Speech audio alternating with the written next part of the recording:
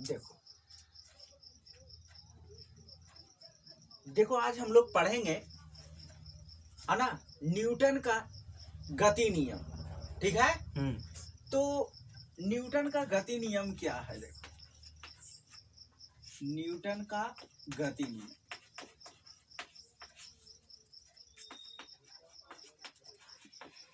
तो न्यूटन का 3 गति नियम है। न्यूटन का कितने गति नियम है? 3 गति नियम। 3 गति नियम है ना। सबसे पहला है न्यूटन का प्रथम गति नियम, दूसरा हो गया न्यूटन का द्वितीय गति नियम, और तीसरा में हो गया न्यूटन का तृतीय गति नियम। ठीक है ना। तो सबसे पहले की चर्चा करते हैं कि आखिर न्यूटन का प्रथम गति नियम क्या होता है। ठीक है। तो देखो लिख रहे हैं यहां से, न्यूटन का प्रथम गति नियम, प्रथम गति नियम।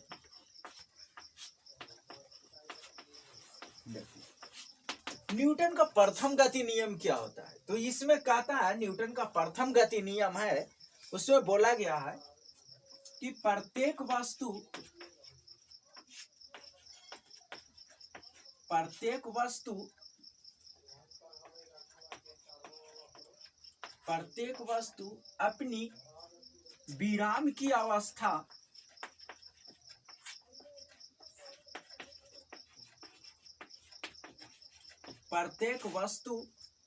अपनी विराम की अवस्था अथवा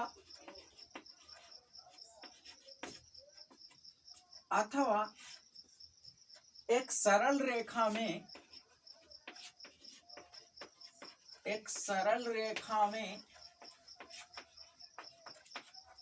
एक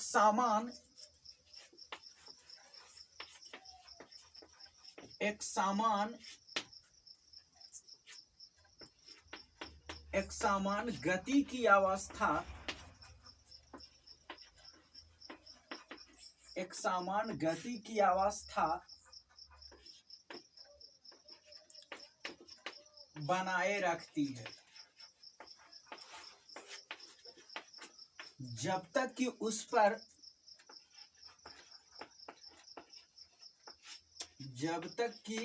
उस पर मतलब उस वस्तु पर, जब तक कि उस वस्तु पर कोई बाहरी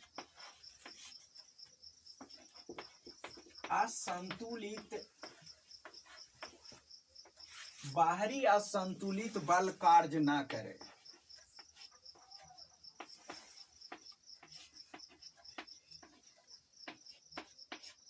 बाहरी असंतुलित बल कार्य न करे। हाँ, प्रत्येक वस्तु अपनी विराम की अवस्था अथवा एक सरल रेखा में एक समान गति की अवस्था बनाए रखती है, जब तक कि उस वस्तु पर कोई बाहरी असंतुलित बल कार्य न करे। अब देखो क्या है इसका अर्थ, क्या होता है, क्या मीनिंग होता है, मतलब क्या होता है इसका।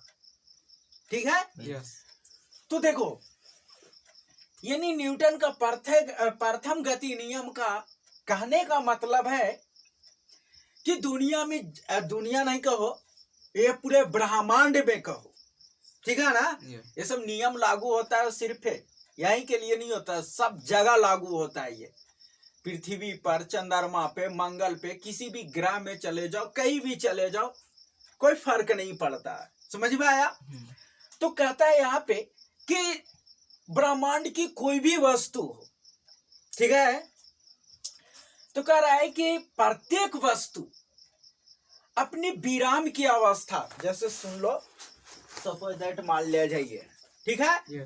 तो यह अगर कह रहा है कि प्रत्येक वस्तु अपनी विराम की अवस्था, अगर विराम में है तो विराम में ही रहेगा। यह अपने आप गतिशील नहीं हो सकता है, इसकी स्थिति बदल नहीं सकता है।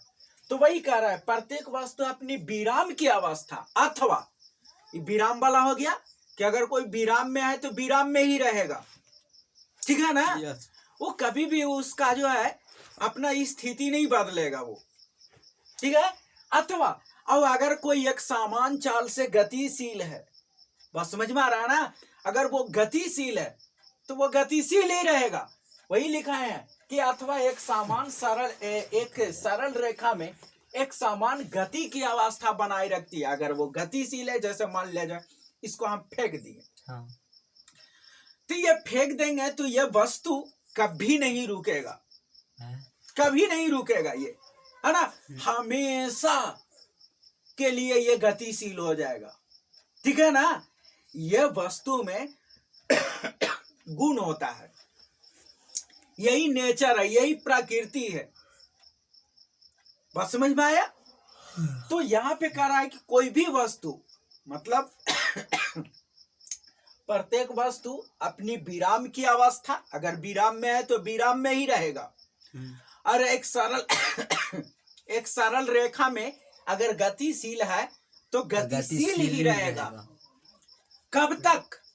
जब तक उस पर कोई बाहरी असंतुलित बल कार्य ना करेगा तब तक। ठीक है? हाँ, अगर ये विराम में है तो विराम में ही रहेगा। हाँ, इसको पर हम देखो बाहर से बल लगा रहे हैं तो देखो ये मूव कर रहा है ना? हाँ। लेकिन अगर कोई असंतुलित बल नहीं लगेगा तो ऐसे ही रहेगा। अगर इसको हम ये फेंक देते हैं तो ये गतिशील है। ठीक है? हाँ। कब तक? जब तक कि अगर इसको पर कोई बाहरी बल, जैसे मान लिया जाए तो कोई वस्तु को फेंक देता है तो कुछ दूर जाकर के गिर जाता है। हाँ।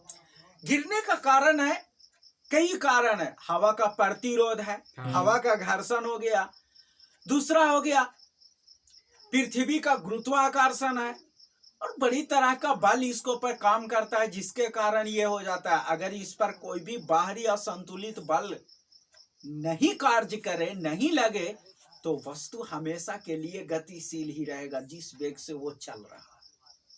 आगे बात समझ में? यही प्रथम गति नियम है। ये जो हम लोग कहते हैं ना कि भाई फेंक दिए तो नहीं, वस्तु का प्रकृति होता है कि रुक जाना, नहीं, गलत चीज है। ये रुक जाना प्रकृति नहीं है, यानी दोनों प्रकृति है। अगर वो विराम में है तो विराम में रहने का प्रवृत्ति, मतलब उसको में गुण है कि भाई वो विराम में ही रहेगा। और अगर एक समान चाल से वो गतिशील है तो गतिशील ही रहेगा। कब तक? जब तक कि उस पर कोई बाहरी बल ना लगेगा तब तक। और वो भी बाहरी बल असंतुलित बल होना चाहिए। हाँ। अब असंतुलित का मतलब क्या है? जैसे सुन लो, हम 5 न्यूटन इधर लगा रहे हैं बल, जितना बल से इधर खींच रहे हैं उतना ही बल से इधर खींच रहे हैं, तो क्या ये वस्तु कहीं जाएगा? नहीं। अरे दोनों तरफ ना समान बल से खींच रहे हैं। हाँ, अगर ये है कि हम इधर जितना खींच रहे हैं उससे ज्यादा इधर बल लगा दिए तो इधर आ जाएगा कि नहीं? या यहाँ पे है ना इस इधर से ज्यादा हम बल इधर लगा देते हैं तो इधर आ जाएगा कि नहीं? तो ये सारा चीज है। ये बात समझ में आया या नहीं आया? आ गया समझ में? हाँ, तो ये कहता है न्यूटन का प्रथम गति नियम यही है, और इसको याद भी रखना है क्या, कि अगर कोई वस्तु विराम की अवस्था में है ना? हाँ। विराम की अवस्था अथवा एक सरल रेखा में है ना, एक सरल रेखा में एक समान गति की अवस्था बनाए रखती है प्रत्येक वस्तु, जब तक कि उस पर कोई बाहरी बल, है ना, बाहरी असंतुलित बल कार्य ना करे तब तक। ये बात समझ में आया? यही न्यूटन का प्रथम गति नियम है। लिखो इसको। अब देखो, तो न्यूटन का ये प्रथम गति नियम का हमने डिफिनेशन समझा दिए। देखो बाबू, इसी न्यूटन के प्रथम गति नियम को जड़त्व का नियम भी कहते हैं। क्या कहते हैं? जड़त्व का नियम। ठीक है ना? यस। जड़त्व क्या होता है कि देखो, किसी भी वस्तु में, अभी हम लिखाएंगे जड़त्व क्या है, अभी समझा दे रहे हैं। इसी प्रथम गति नियम को जड़त्व का नियम भी कहते हैं। ये बहुत इंपॉर्टेंट है, हमेशा आता है ऑब्जेक्टिव में, कि ये जो है न्यूटन के प्रथम गति नियम को और क्या बोलते हैं? जड़त्व का नियम भी बोलते हैं। जड़त्व क्या है कि किसी वस्तु का वह गुण है जो अपनी प्रारंभिक स्थिति में परिवर्तन का विरोध करता है। मतलब अगर ये विराम की अवस्था में है तो ये गति का विरोध कर रहा है। ठीक है ना? मतलब गति में नहीं होगा। ठीक है ना? यह गति में नहीं आना चाहता है, ये विराम में ही रहना चाहता है। ठीक है? और अगर वो गतिशील है तो फिर वो विराम का विरोध कर रहा है कि नहीं? है? जैसे अभी तुमको बताएंगे नहीं, जैसे मान लिया जाए बस में है, ठीक है, बस में खड़ा है, अब बस मान लिया जाए कि स्थिर बस है, अचानक से बस चलता है तो गिर जाता है कि नहीं पीछे की? ये क्यों गिरता है? इसलिए कि वो जो है विराम के जड़त्व के कारण, विराम में था तो तुम्हारा पूरा शरीर विराम में था, और अचानक से बस चल पड़ा तो तुम्हारा पैर तो चल गया आगे, कमर के नीचे वाला भाग जो है पैर आगे बढ़ गया, लेकिन आपका बॉडी जो है से यहाँ ही है और पैर वहां चल जाएगा, तो आदमी गिरेगा कि नहीं गिरेगा? है? इसी का उल्टा, अगर गतिशील है बस, अचानक से ब्रेक मारता है तो एकदम आगे की ओर झुक जाता है कि नहीं? क्यों? ये ऐसा इसलिए होता है कि अगर कोई वस्तु गतिशील है, यानी बस गतिशील है, तो उसको पर बैठा हुआ है तो पूरा तुम्हारा बॉडी जो है से गति में है, वो गति का जड़त्व हो गया, अब विराम में नहीं आना चाहता है वो, ठीक? और अचानक से ब्रेक लगा दिया तो तुम्हारा पैर तो रुक गया, लेकिन ऊपर का भाग जो है वो गति के जड़त्व के कारण गतिशील है, पैर यहाँ है और धड़ वहां चला गया, गिरेगा ना? समझ में आया? तो ये चीज हो जाता है, तो इसीलिए इसको और डिटेल से हम पढ़ाएंगे, लेकिन अभी क्या है ना, जो है इसमें क्या है, ये गति का नियम हो गया, ठीक है ना? अब देखो एक चीज और देख लो, इस न्यूटन के प्रथम गति नियम से बल का परिभाषा मिलता है। क्या मिलता है? बल का परिभाषा। बल का परिभाषा मिलता है न्यूटन के प्रथम गति नियम से, है ना? बल क्या है वो भी देख लो, यहाँ पे लिखो, है ना? यहाँ पे बल वह भौतिक कारण है, बल वह भौतिक कारण है जो किसी वस्तु पर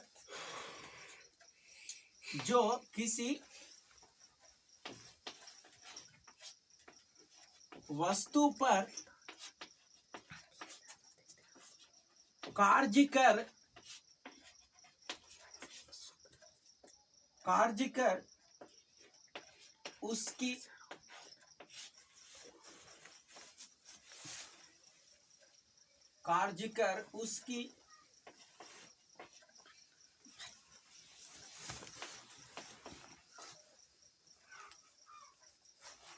विराम अवस्था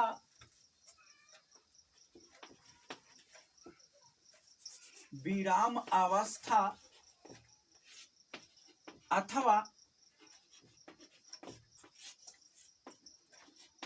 एक समान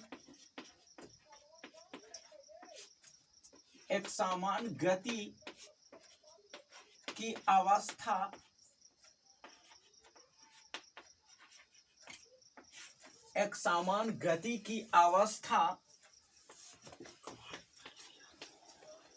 में परिवर्तन लाता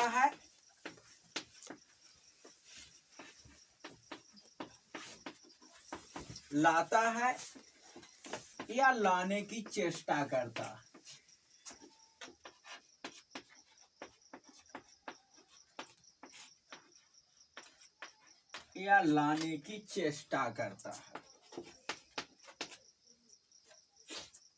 ठीक है? यस। लिखो, देखो, तो न्यूटन के प्रथम गति नियम से को हम लोग न्यूटन के प्रथम गति नियम को जड़त्व का नियम भी कहते हैं। यस। और न्यूटन के प्रथम गति नियम से बल का परिभाषा मिलता है। बल का क्या मिलता है? परिभाषा। याद रखना, न्यूटन के प्रथम गति नियम से बल का परिभाषा मिलता है, और न्यूटन के द्वितीय गति नियम से बल का व्यंजक मिलता है, मतलब बल का फॉर्मूला मिलता है।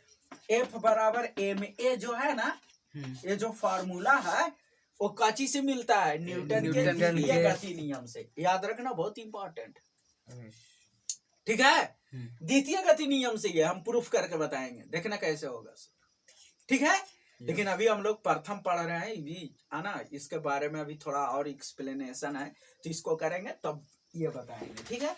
तो देखो, आखिर ये बल है क्या?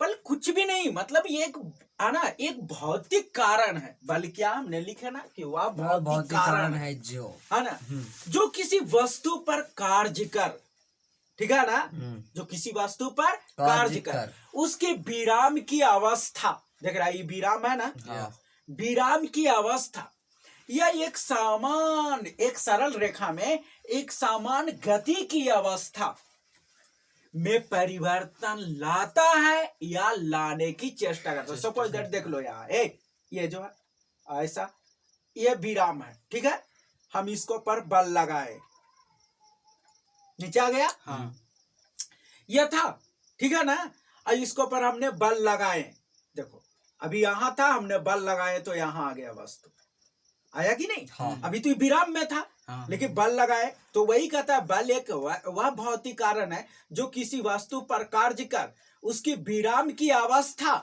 में परिवर्तन लाया या एक समान गति है, ठीक है ना, यहां से एक समान गति था, हमने रोक दिए, इसको रुक गया ही नहीं, हाँ। ये कार्य किया तब ना, हाँ। ये है ना, बॉल आ रहा है, क्रिकेट का बॉल आ रहा है, अरे तू बैट से रोक दिया, ऐसे बल लगाया ना, रुक गया, हाँ। तो विराम की अवस्था यह एक सरल रेखा में एक समान गति की अवस्था में परिवर्तन लाता है, मतलब बॉल आ रहा है, रोक दिया उसको, है ना, हाँ। यह मान लिया जाए कि फुटबॉल पड़ा हुआ है और तू मार दिया उसको, ठीक है, यह गेंद पड़ा हुआ है, तू मार दिया उसको, तू गति में आ गया कि ना, हाँ। तो विराम से गति में आया ना, कब, जब उसको पर कोई बल कार्य किया तब ना, हाँ। वो बल के कारण ही तो गति में गया, जब विराम में था तो, हाँ। समझ में आया। और दूसरा, अगर वो गति में है तो तू क्या करता है, उसको रोक दिया, रोकते हैं, बल लगा करके रोक दिया ना, इस प्रकार, हाँ। से, है ना, तो ये चीज हो गया। अब सुन लो, तो कहता है तो कोई जरूरी नहीं कि परिवर्तन हो भी, जैसे सपोज ये दीवार है, ठीक है ना, ये है, हम बल लगा रहे हैं इसको पर, तो दीवार ना उधर चला गया, वही तो गया नहीं, एक मतलब का बल नहीं लगा रहे हैं, लगा रहे हैं, बल लगा रहे हैं ना, हाँ। शायद जितना कस के यहाँ पे बल लगाए उतना अगर तुमको खड़ा करके लगा देंगे तो तू फेंका जाएगा, yes। होगा कि नहीं होगा, हाँ।